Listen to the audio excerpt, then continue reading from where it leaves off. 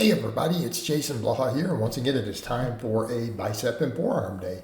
So I started this off with some barbell curls. I did these kind of as cheat curls a little bit, and while I felt like they were good, I do think this next week definitely I want to go back to a little bit stricter of a curling. I feel like, again, need to be careful in this pursuit of progressive overload on biceps. They're a priority muscle. I don't feel that I really need to do this to get there. I mean, it was again a case of let's try to load it up a little heavy, and it's not a big deal because I did 8 with this and I went up another 10 pounds and got 5s. It's not a big deal because this is my second bicep day, and I did on my hair stricter the other day, right, on Tuesday, and then I kind of pushed a little bit of progress on the other bicep movements today. Now, that being said, since I've carved back up, noticing waistline not quite as tight, but that's okay. I'm going to say the same thing there with all of it too. If I keep getting leaner over time, it will tighten up. But as far as these curls go, I managed to get the 5 reps, and really the cheating is not that bad. I mean, I felt like I cheated more than I did, but now that I'm looking at the footage, I'm like, okay, it was slightly cheat curls, but they were not. They weren't actually that excessive. I felt like it was more than it was when I was doing it, and it's kind of funny as I'm looking at it a little bit, seeing the reps. It's like, yeah, it's a little bit, but I would like to go back to do a hair stricter again this coming week. But it might be the case of I've been doing 65, then I went up 75, 85. I might go back to to just 75 pounds. Try to do them strict and take them to failure. And if I start exceeding 10 reps, then we can bump weight again, and that's going to be the idea.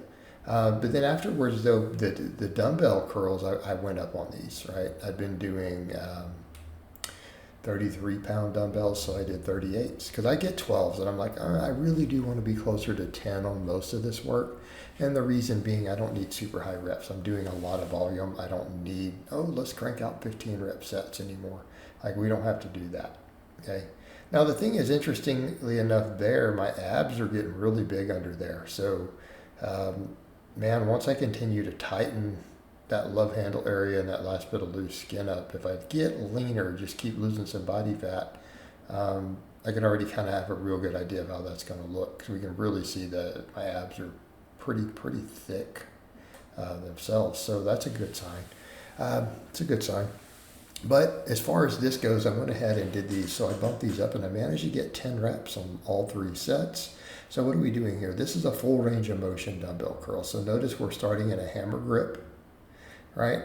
So that we get that rotation of the wrist. That is one of the minor functions of the bicep. I'm locking out at the bottom, and I'm coming all the way up. So we get just a little bit of that shoulder extension, which is one of the functions of the bicep. But again, of course, the elbow's going through the full range of motion. When I've done these before, I had someone say, you're just doing a front raise, which was comical because if you look at the elbow, I am literally moving it through its entire range of motion and maintaining tension on the bicep at the top. So I do want to note that the way that I have it positioned, if you guys notice at the top, there's still tension, direct tension on the bicep. So again, the bicep is being worked through its full range of motion. This really is kind of almost a peak contraction exercise though, because again, at the bottom, there's not as much load. There just isn't, because again, it's standing. But we make up for that with the other movements because that's still a big movement. It really ends up becoming almost a peak contraction exercise with that supination there. So then we go to the preacher curls. All right, preacher curls, I went with this same weight. I did this last time I stepped up to this weight. I came to a stop on every rep.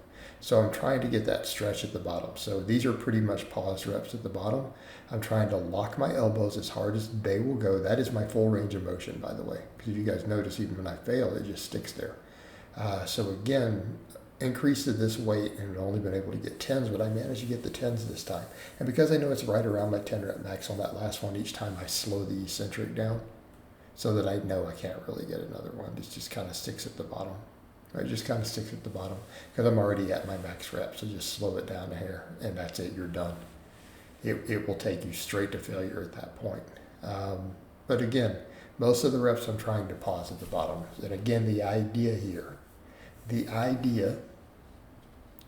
of that pause is to make sure that we get that lengthened position. So keeping in mind with these other curls, they're a little unloaded at the bottom, right? A little bit unloaded because they're standing, but we're getting a great peak contraction with the way that I'm choosing to do them. Great mid-range exercises, great peak contraction. So then on these, this is a lengthened position. This is to stretch that bicep. It's probably the best exercise for it. So I'm trying to emphasize that stretch. So on all these curls, I want people to note these are the longest ranges of motion I can really do. I'm trying to take the muscle through its fullest range of motion.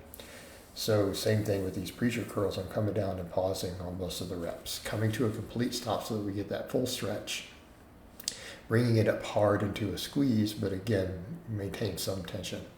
Although it's not as much tension as we're having on the other curls at the top. So again, just working around that strength curve, but making sure we're working every angle. We do the nice big heavy barbell curl. Of course, it was a cheat curl this time.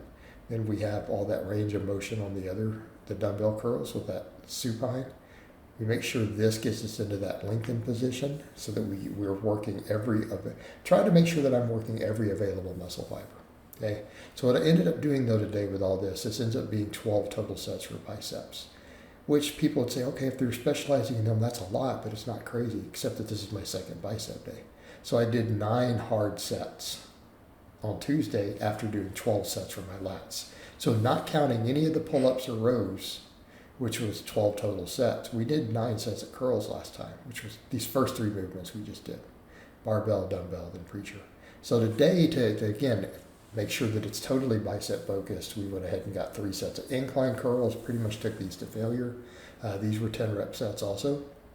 Okay, so we did 10 rep sets. And again, the same idea, making sure we're hitting a 4th angle. Then I finish up with a bunch of forearm work. So it's bicep and forearm day. So if I'm taking all the bands out, now we're just at straight hard, either to failure or very, very close to failure free weight exercises. We did 21 total sets for biceps. Now, from a volume perspective, that is specialization, because if you figure most of my muscles are averaging, depending upon how we count things like chest, 12 sets up to about 16 for most of the muscles, right? Most of the muscles are in that range. But then biceps are getting, at this point this week, 21 direct exercises, 21 sets of direct exercises. So again, happy with this. I'm happy with the workout. Biceps felt great, so all the way through. I felt the biceps a lot on the cheat curls, but honestly, I do feel like I feel them a hair more if I go stricter.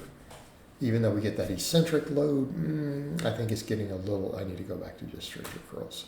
I feel like I'll get more out of it for my biceps. All right, getting too loose on the forearm. But the incline curls, these felt good, and then we did wrist curls. So I did like 20 something. I got to like 21, 22. Like, okay, I need to take this weight up. So I just did the 135 with this, and I went up to 185 the last 2 sets.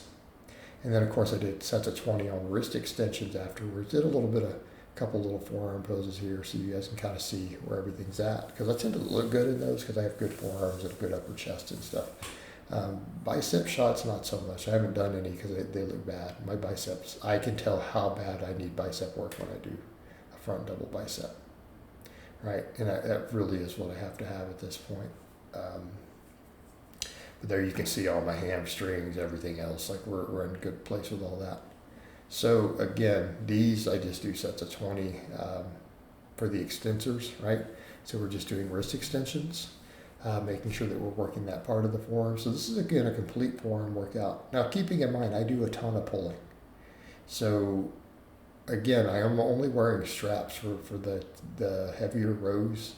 So all my pull-ups, all my other rows, all my deadlifts, all that stuff is completely raw. We're also doing hangs because the other 5 days a week I'm doing hanging leg raises. I skipped them today. I do want to try to get them most days. So all that's helping with grip and forearms. But I want to get that direct forearm work in too. I want to make sure I get it. But again, this kind of shows where I'm at. You guys can see in these poses. Shows you where most of the upper body is, right? It's all coming along. Everything's coming along. We need to continue to bring up arm. We need to bring up everything but biceps in particular. But everything needs to grow a hair.